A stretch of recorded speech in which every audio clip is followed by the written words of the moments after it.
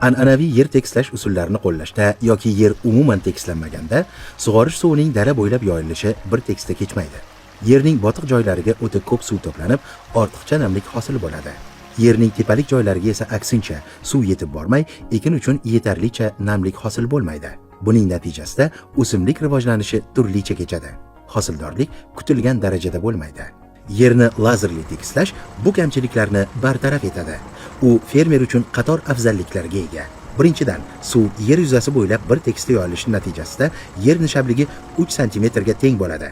Buning natijasida suv tejamkorligi 20-25% ga yetadi. Ikkinchidan, ekinlarga suv va ozuqa moddalari o'z vaqtida va teng miqdorda yetib borishi sababli o'sish bir tekisda kechadi. Hosildorlik esa 5-7% ga oshadi.